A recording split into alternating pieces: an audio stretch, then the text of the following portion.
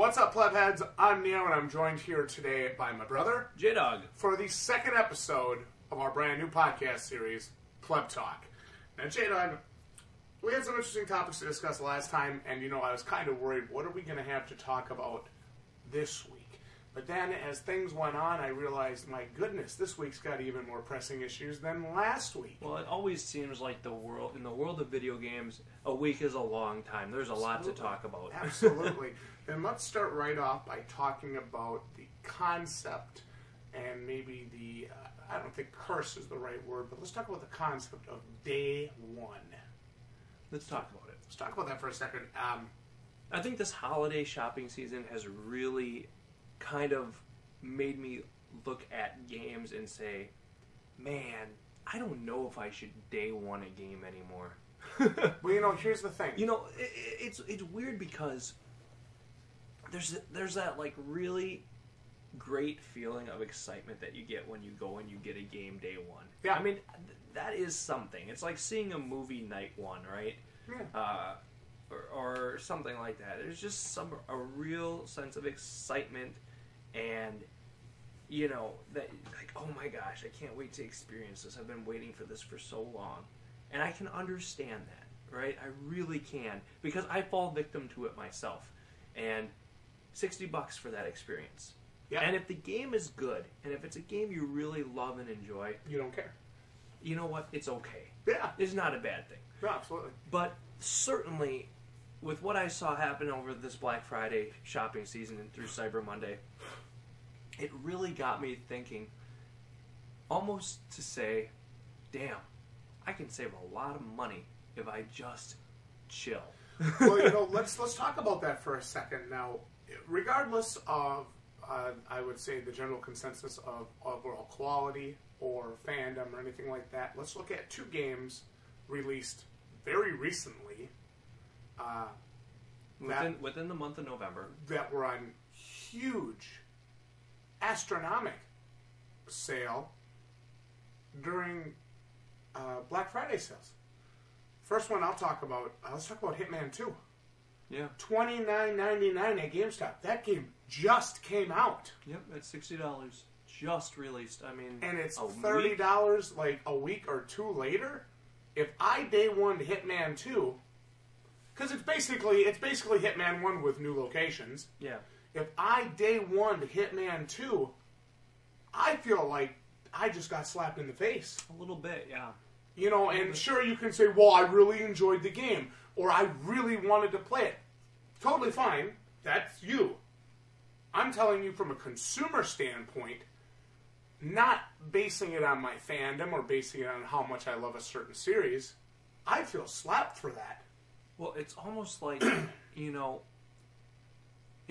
we can look at Fallout 76 in the same realm. Because Fallout 76, was it 40 or was it 30? I think I saw it for 38.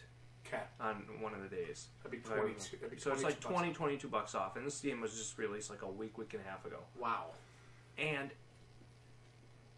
the thing is, number one with some of these games, Fallout 76 is a terrible offender of this, but you've got so much patching that's being done in this first week, it's almost not playable anyway. Yeah. With the amount of times you're kicked off the server, yep, or the amount of time you got to wait to download the patches, or whatever it is. Yes. The game is almost not playable in that first week anyway. So committing $60 to it, to what? Sit there and watch it download updates? Yeah. 100 gig patches? No thanks. It is really not the greatest idea. Especially when you've kind of got those major shopping days coming up, and even as you head into Christmas, I think you're going to see some of this discounting continue. I mean, the competition out there, you got Amazon doing what they're doing, basically forcing retail to coalesce, right, and go along with deep discounting, making sure they get people in their stores, making sure that people are visiting their websites and not just opening their phones and clicking on the Amazon app. I mean, that's basically what you're fighting against. Yep. as another retailer.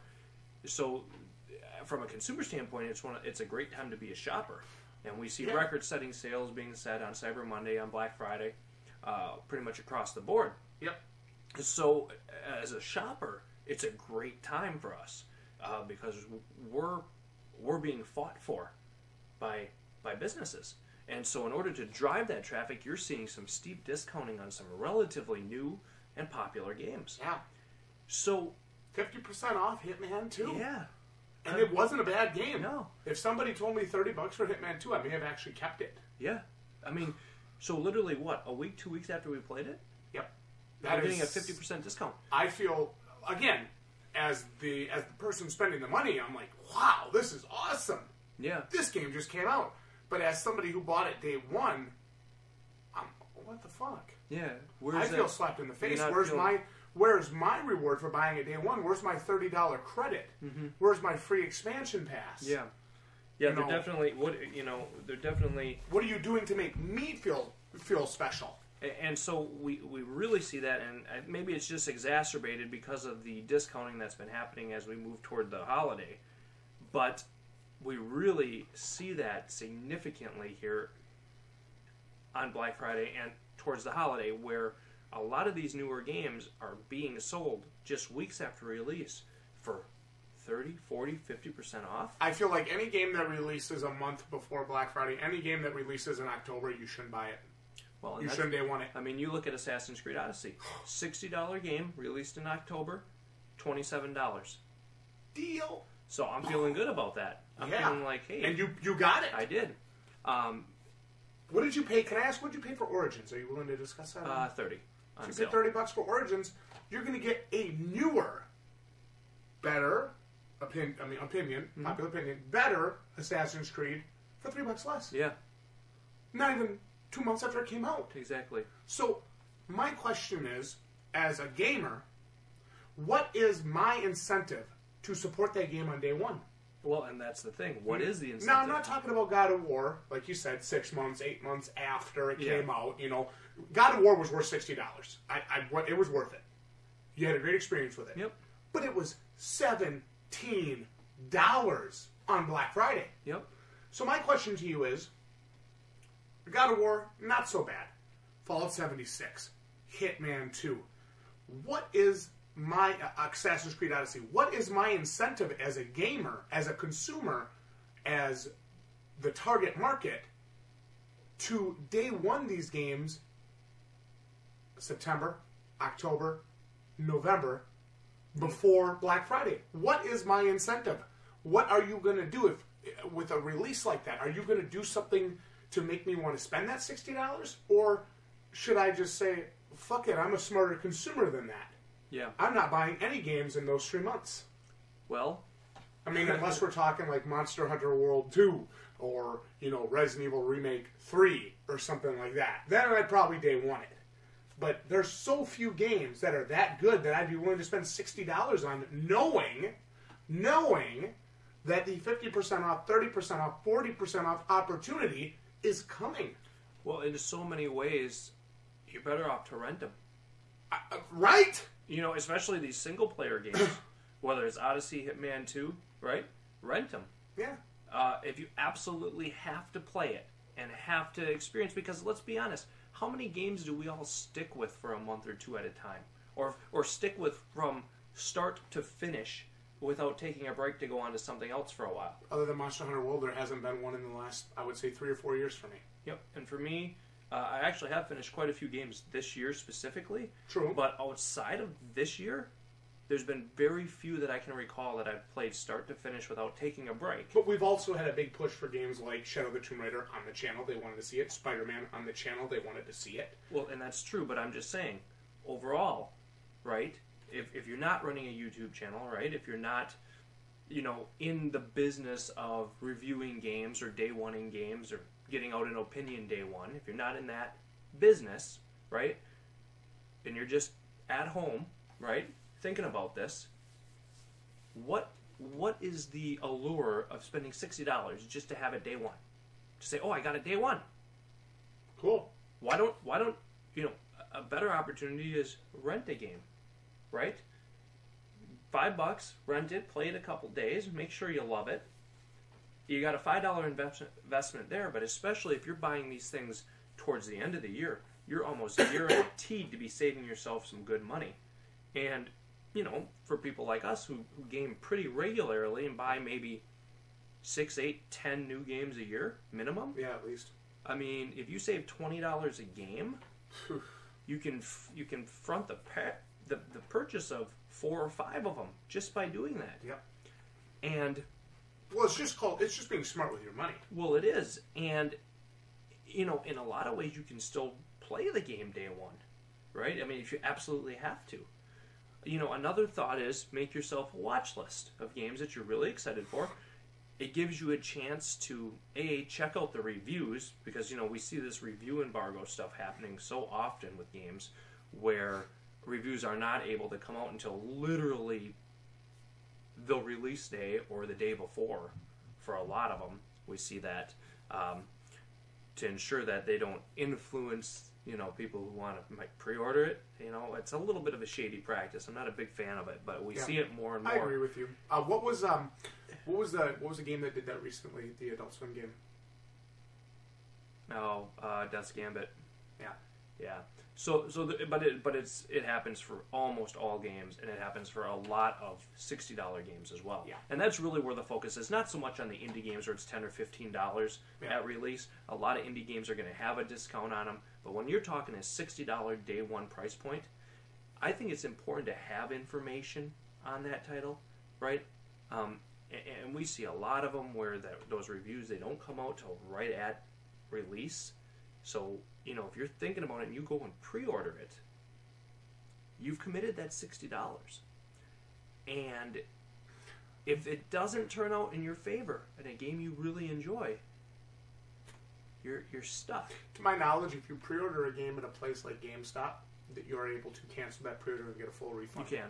And that's something I like that they do. Yep, and you do also have a lot of people doing digital, yeah. And they are really sticklers about doing refunds on digital. Yeah. So, again, without going through the rigmarole, without going through a lot of the different, nonsense you're going to have to go through to get your money back, you want to be sure you're spending your money wisely. And I don't think that's unfair, right? You should be a demanding consumer for $60. Mm-hmm. And in a lot of ways, you can make yourself a watch list. You can check out the reviews. This gives the developer time to release patches for the game, which almost every game gets a patch now, it seems. Very few games just release without support because they're almost needed in so many cases. It gives you a chance to, and if you're basically playing games on a 2-month schedule, right, where you get them 2 months after they come out, you're almost guaranteed to save money. Up to 50%. Yeah. Especially as you get around the holiday. So it's just a thought. It's something that kind of came into my mind as we were looking through the ads for the Black Friday shopping season here. And it was like, holy crap, dude. I think the closer you get to Black Friday, the less you day one a game. The pickier you should be about a game. And again, this wasn't really apparent to me until Fallout 76. I wouldn't give you $20 for, but it was very apparent to me when I saw this with Hitman 2. Yeah. And I again found myself thinking, if I had paid $60 for Hitman 2 a week and a half ago, I'd be pissed. Yeah. I'd be pissed. And I mean, that was a slap in the face. It was. I mean, at least because Hitman 2 is not a bad game. At least movies usually stay in theaters for a month. Yeah. Yeah. So it's not like you go pay $10 to see it and it's out for rent the next day. So yeah, just some things that kind of came to our mind.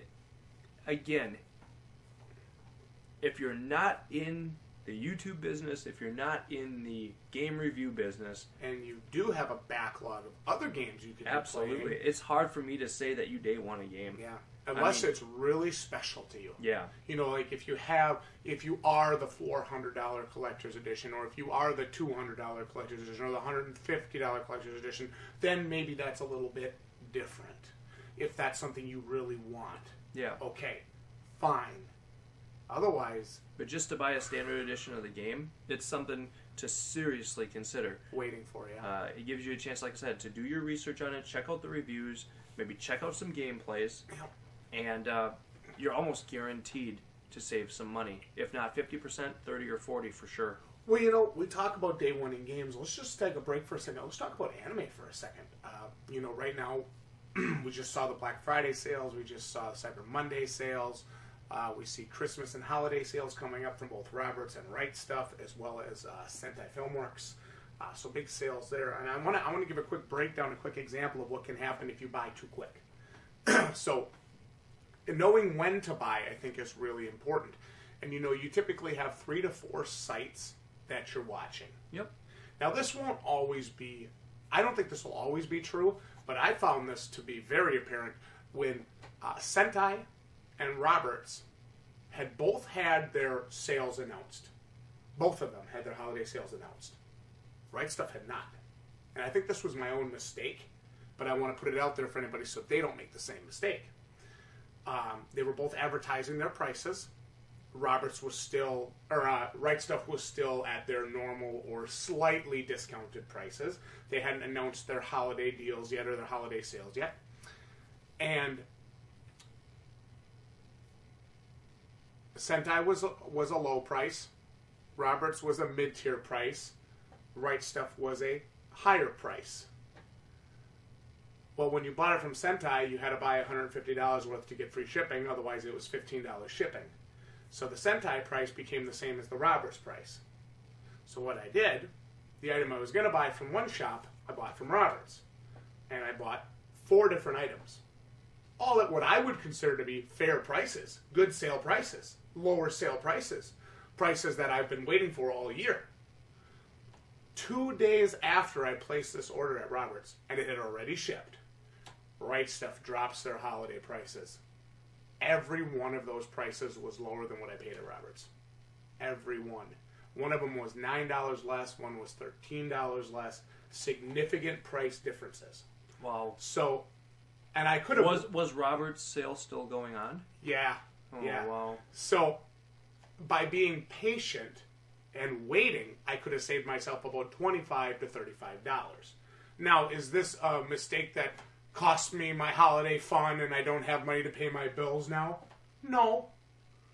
But it's $25 to $35. It's another show that I didn't need to spend. Absolutely. Actually, if I was shopping at Right Stuff or Sentai, it could be 2 to 3 shows, depending, because they have some incredibly deep discounts right now on some of that stuff. Clearing out the backlog. Big time. Yeah. But it's all stuff I don't have and that I want to see. Sure. So, for $9 for a complete Blu-ray set or $11 for a complete Blu-ray set, I'm not going to complain. No, that's a good deal. But, one show I bought was $59. Right Stuff had it for $45. Yeah. So that was a bit of a disappointment to me.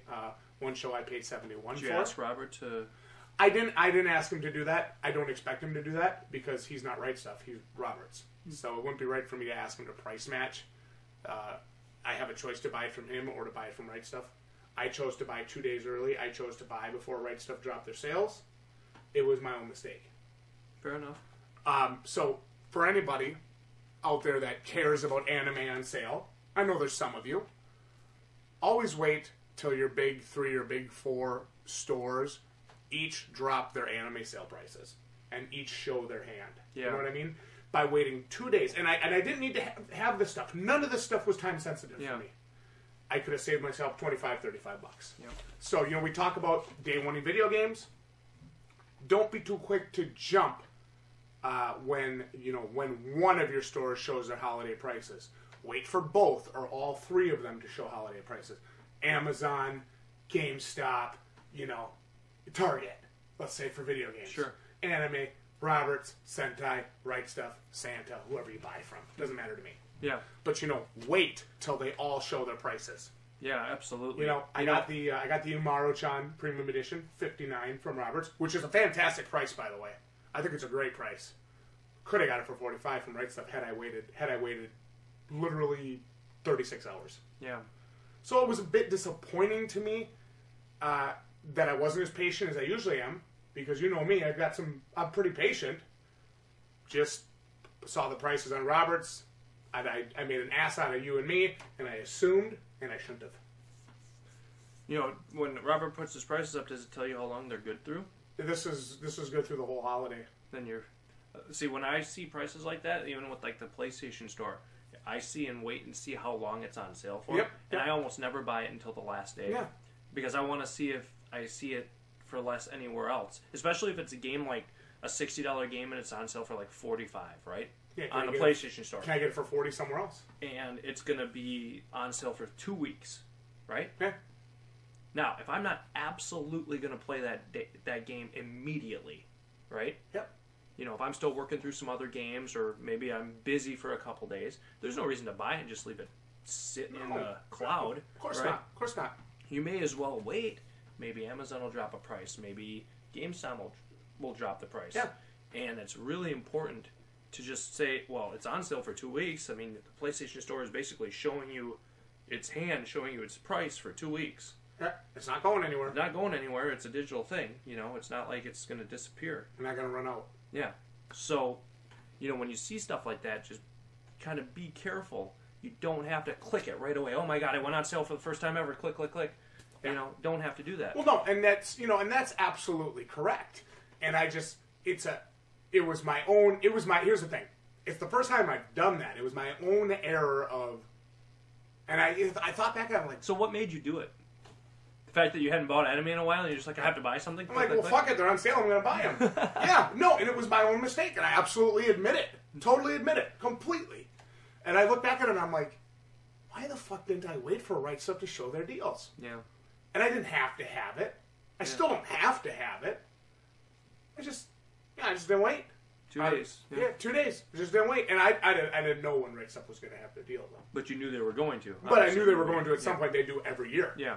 And, you know, Roberts was on, like, his third day. I was like, oh, well, you know, this isn't going anywhere until after December 25th. Yeah. Like, these aren't going anywhere. So I just bought them, and instead of really thinking it through like I should have.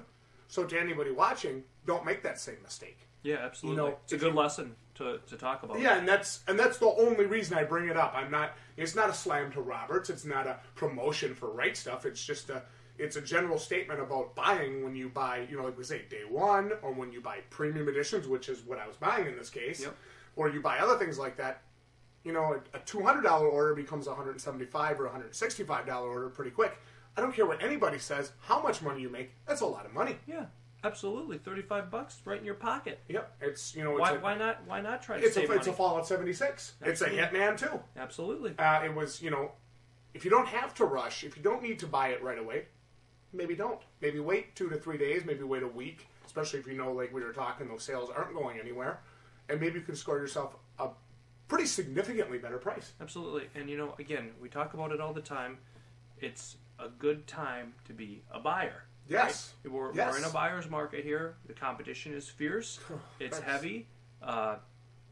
With the proliferation of online shopping, people's ability to see pricing and deals and compare have never been easier. I mean, we do a lot of our shopping when we're sitting, you know, in the car ride. You know, you're on your phone. You can get information immediately. Yep. So it is a good time to be a buyer, right? Because you have access to information. It's not like there's one store that you can go to and look at the stuff. But when you have access to that information, use it. Absolutely. Don't do what I did, and don't rush. Take your time. Haste makes waste, and it's so damn true.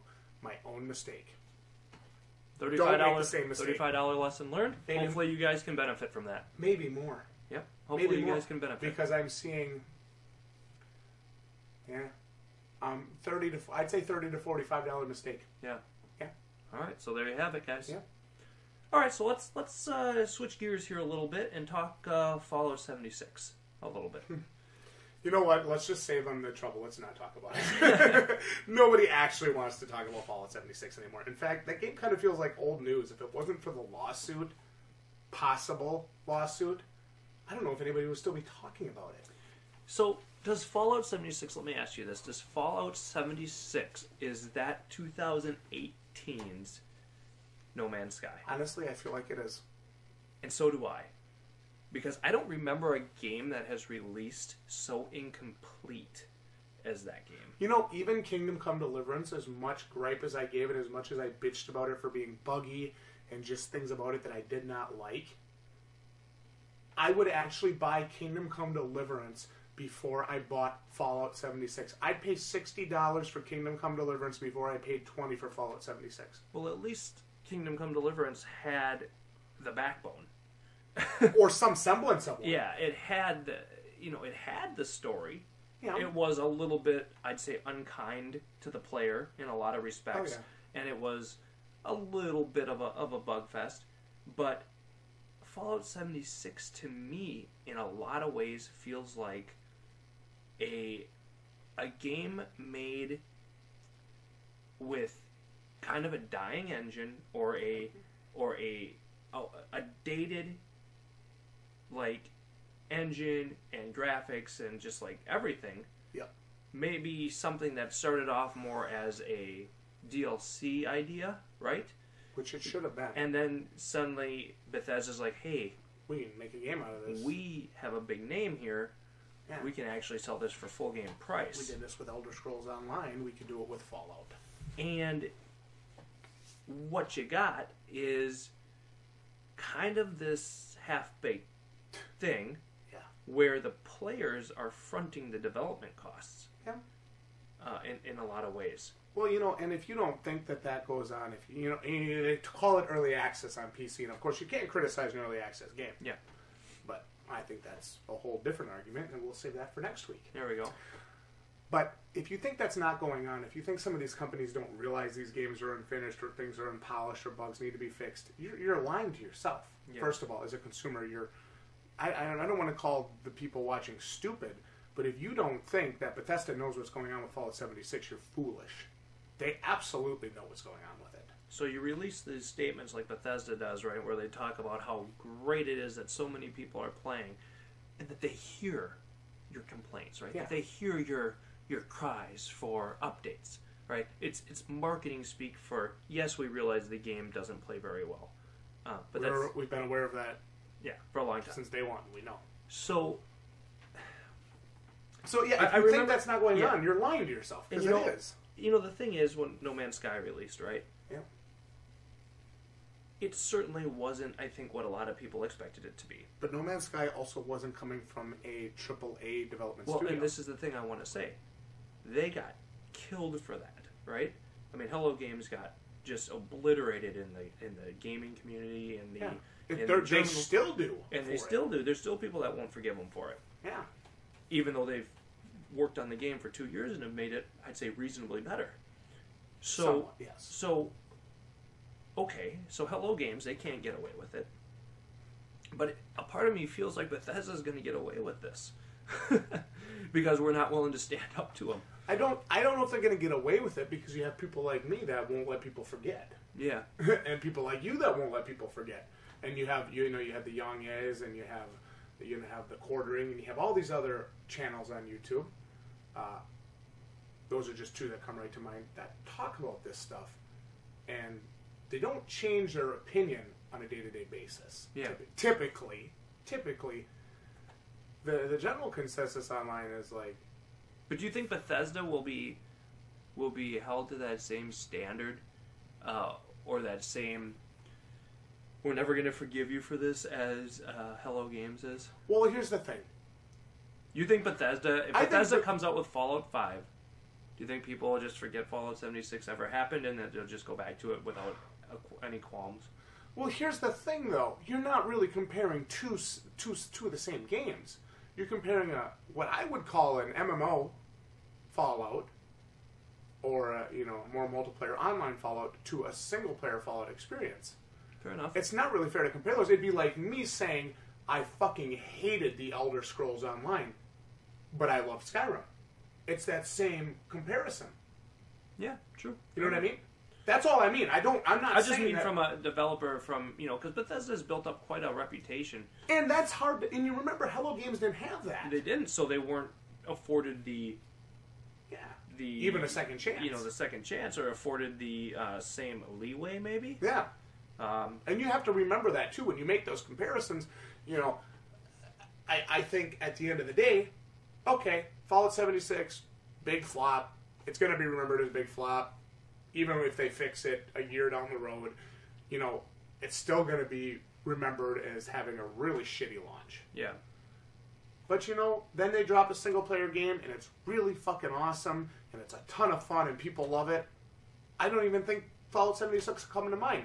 I think if I have a conversation with somebody at an anime convention or a gaming convention about it, I'll say, God, remember how shitty Fallout 76 was? But fuck, Fallout 5 is awesome. I love it. So you think that Bethesda deserves, I don't know if deserves is the right word, but Bethesda will be afforded sort of like the...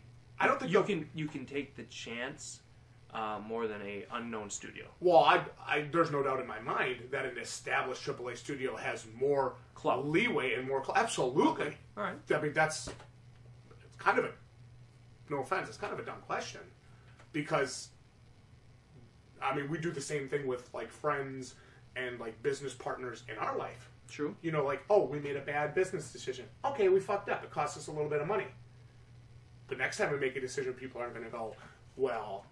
Oh, they did that last time and it lost them a bunch of money. I can't trust these guys. People, you know, I mean, most people in the business world... Well, reputation is something that takes a long time to build and very short time to destroy, in some cases. If it's not handled the right way, yes. So I would just wonder, you know, what's Bethesda, what do you think they got to do here to right this? Well, I think Fallout 76 needs a ton of work.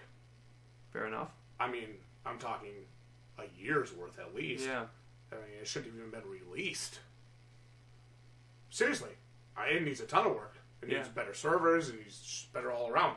And I think they need a new engine before they release another single-player open-world game like this. Because you have a sour taste in your mouth for the engine. You have sour taste in your mouth for Bethesda and online games. You need to fix those two things. You need to rectify them very quickly. You have a sour taste in your mouth from fans over this possible lawsuit. You know, things like that. I mean, yeah, you're right. You can ruin a reputation very quickly, but you can also repair one. You can also right the wrongs. Mm-hmm. But are we forgiving as a community, as a gaming community? You think we're forgiving? I think it depends. Yeah, I think it depends because look at how short of time it's taking Bethesda to come out now and do updates and do changes and do patches, even though they're huge, you know. But, I mean, at least they're working on it. Fair enough. You know, how long was it before Hello Games? Do you think they'd be working on it if people didn't bitch and moan about it? Not as much, no. No. I'm sure they're not doing it because out of the goodness of their little black hearts. But the fact of the matter is still they're working on it. Fair enough. Even if deep down, you and I are really like, we look at that stuff and we're like, we kind of know what's going on here. Mm-hmm. Would they give a shit as much? Probably not. They'd probably take more of a warhorse approach to it. Yeah. Sorry, but it takes a lot to fix this stuff. A lot of hours, a lot of man hours that we don't necessarily have right now. We'll get to it when we get to it. Yeah.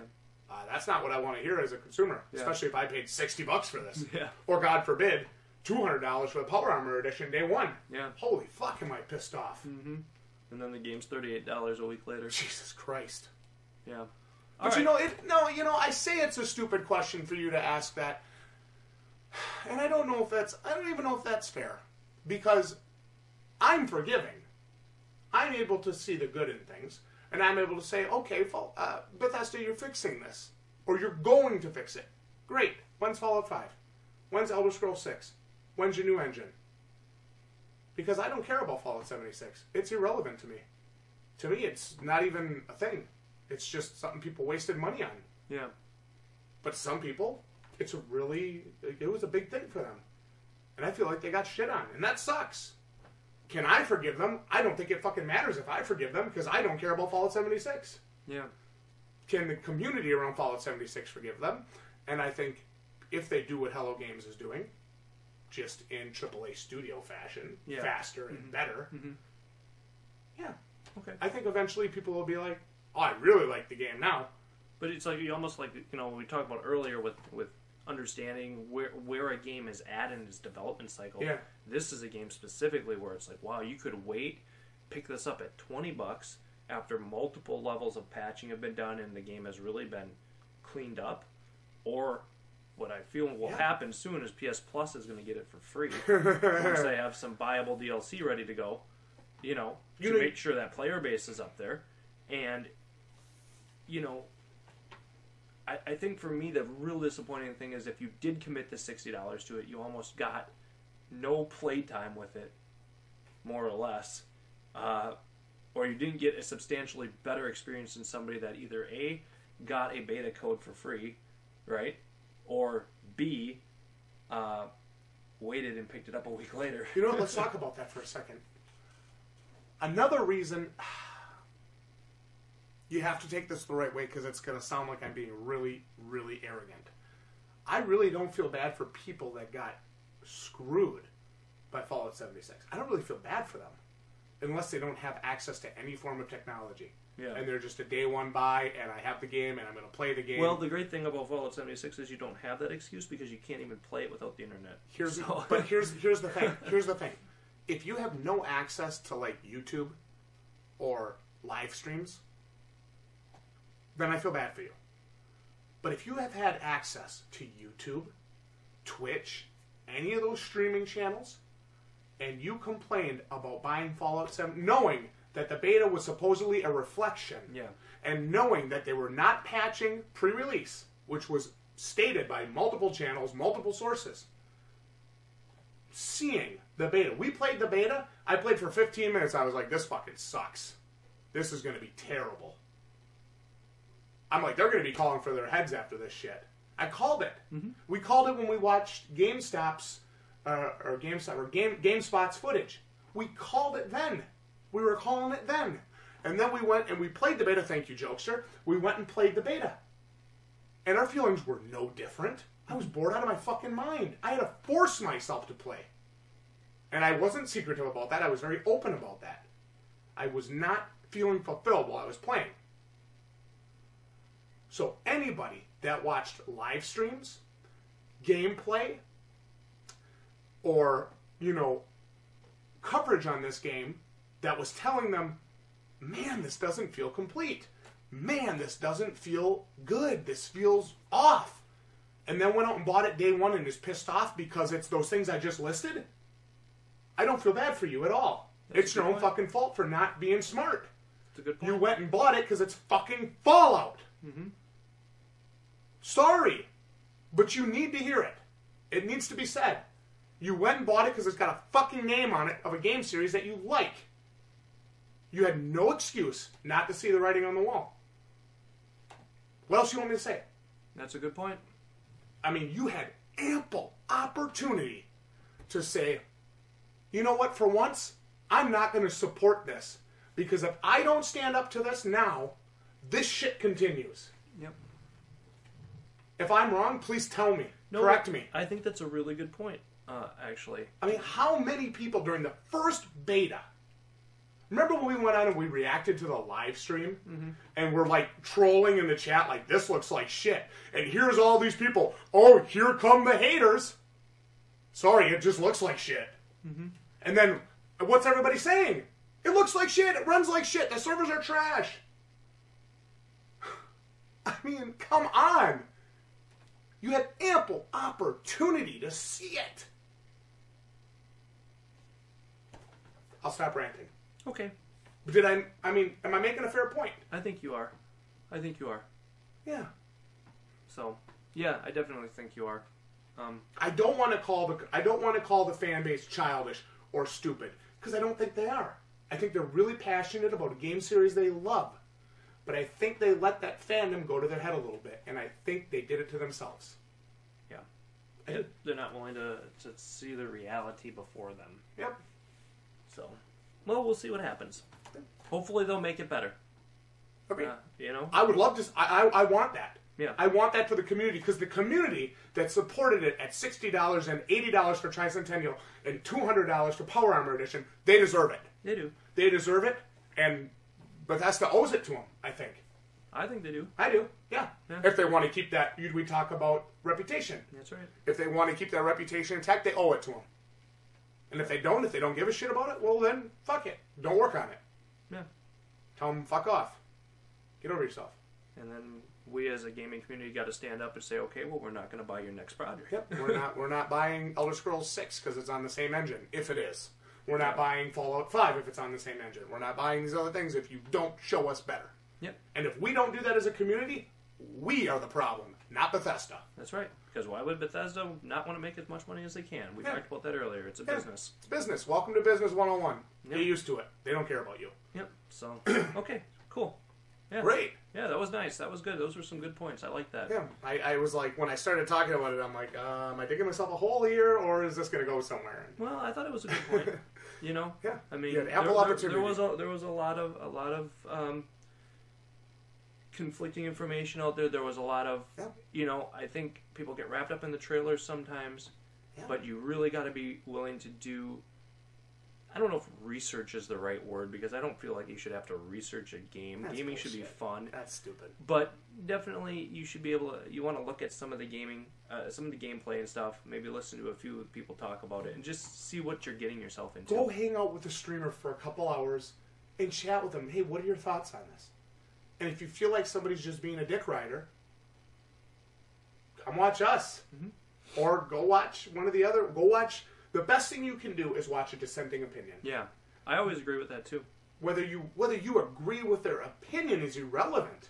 It's good to have additional information. But why don't they like the game? If they just don't like the game because it's Fallout and it's Bethesda, they're being childish. Yeah. If they don't like the game because X, Y, Z, A, B, C is wrong with it, it doesn't feel right and tight, then you know you should look at another YouTuber or another influencer and see what they have to say. And if you start hearing these things multiple times, you know, something might not be right. Yeah. I might need to wait. I think that's important. Absolutely. Yep. Even when I look on Metacritic, I find myself, you know, you'll see a game that's got a lot of high reviews, Yeah, right? of course. I always scroll down to the lowest review. Yeah. Whatever game it is I'm looking at, and I always read it. Why did you hate this game so much? You're one of the few people that didn't give this a 85 or better. Yeah. Why? What is your 60? Why is this getting a 60 from you? Everybody else is 85. Is it because it's you know? So I just want to see what their thoughts are on it. It might not sway my opinion one way or another. Yeah, but it doesn't have to. No, it's just nice to be able to say, okay, hey, I did some due diligence, right? To kick the tires a little bit, so to speak. And you looked under the hood of your car before you bought it. I wanted to see what somebody that gave it a 1-star review, more or less, thought about it. Let me ask you this, and this was kind of, I don't know if I need to make that point or not, but it was about. Do you think sometimes we let fandom take over, and kind of keep us from seeing maybe the negatives? Do you think we let that happen sometimes as gamers? Yeah. I'm not talking about you or I, but I'm talking about general. Oh, yeah. And, well, I can tell you I do it all the time. And another question I wanted to ask you was this. Do you think sometimes, I don't think afraid is the right word, but I'm going to use afraid. Do you think sometimes people are afraid to look at a dissenting opinion because they don't want to see the game in a negative light? Yes, I think that's true too. Because I get that feeling sometimes. Like, I just can't admit that this isn't a $60 day one release, and I don't want to watch somebody's video that says it isn't a day one release, because if I do, I might not buy it. And I really have to play it. Or because they already bought it and they want... It's confirmation bias, right? And this happens all the time. You want your bias to be confirmed by somebody else, is basically what it is. So, if you're a day one $60 buyer, and this isn't just a Fallout discussion, this can be for any game. Yes. Right? Yes. And you paid the $60, you day one the game. Well, you want to feel like that was a good decision. Yeah, like you're not stupid. Yeah, absolutely. So you're going to want to be in a mindset or around other people who are also day one-ing a game, or who are also talking positively about the game. Would you say that you want to control the narrative around what you see and receive? No, well, of course you do. But I'm saying, I don't. As a smarter shopper, if you want to be a smarter shopper, right, or a smarter buyer, you want to be open to criticisms, or to receiving or experiencing criticisms from others about those products, right? You know, and I feel like we should be getting more used to this stuff as we have more information available to us, right? Amazon basically pioneers this thing of letting all the customers leave these reviews, right? Yeah. So when you look at a product, and if it's got 10,000 reviews, and it's got 4.5 stars, you can feel pretty confident about it. Absolutely. But I still like to see what the 1-star guy says. Of course. Right? Not every single person on the planet is going to have a 5-star experience. So, as we have more information available to us, it's not a bad thing. And I say this to everyone, no matter what product you're buying, and we're not just talking video games here, it's okay to go and, experience the dissenting opinion. If you consider a YouTuber or a streamer to be a hater on a certain game, but you maybe want to see some of those things that they don't like become very obvious, go watch them. Seriously. Mm-hmm. This is actually a topic I wanted to touch on today. Maybe we can really get into it next week. But this is a topic I wanted to touch on today. People who go to certain YouTubers for reviews, like some people will come watch our No BS reviews, but then they'll get all disappointed when we didn't like their favorite game series. When we say, this game sucks, it's trash, don't play it. Like they just, fuck you, man, you're an asshole, you're a loser, get off YouTube. How many times do you want to hear your thoughts come out of a YouTuber's mouth? You want to hear what you think be said by them. That's and true. I think that plays into that whole idea. Well, that's how you get elected. You want to hear, but you know what I mean, though? You want to hear your thoughts come out of their mouth. Yep. I didn't come here to actually watch your opinion, your Hitman 2 review. I came here to hear you tell me that you fucking loved Hitman 2 and it's the best game of the year. Because that's what me, the viewer, who's coming to your channel, thinks. Already thinks. Yeah. I don't care what you have to say in your review. You need to say what I think, or else fuck you, kill yourself, get off YouTube. Mm-hmm. How many times have we had that? Confirmation bias. It's a big thing. I do, and I really think I think a lot of times that people maybe have that wrong impression about us as just being super haters on almost every new game because we don't say what they're thinking. Yeah, and we're extra critical too. Yeah. So, and that just goes in... And other YouTubers too, not just us. Yeah, it goes in general too. I think, we talk about this a lot, right? Just like politicians, right? When they're at the rally, you're going to play to your base, right?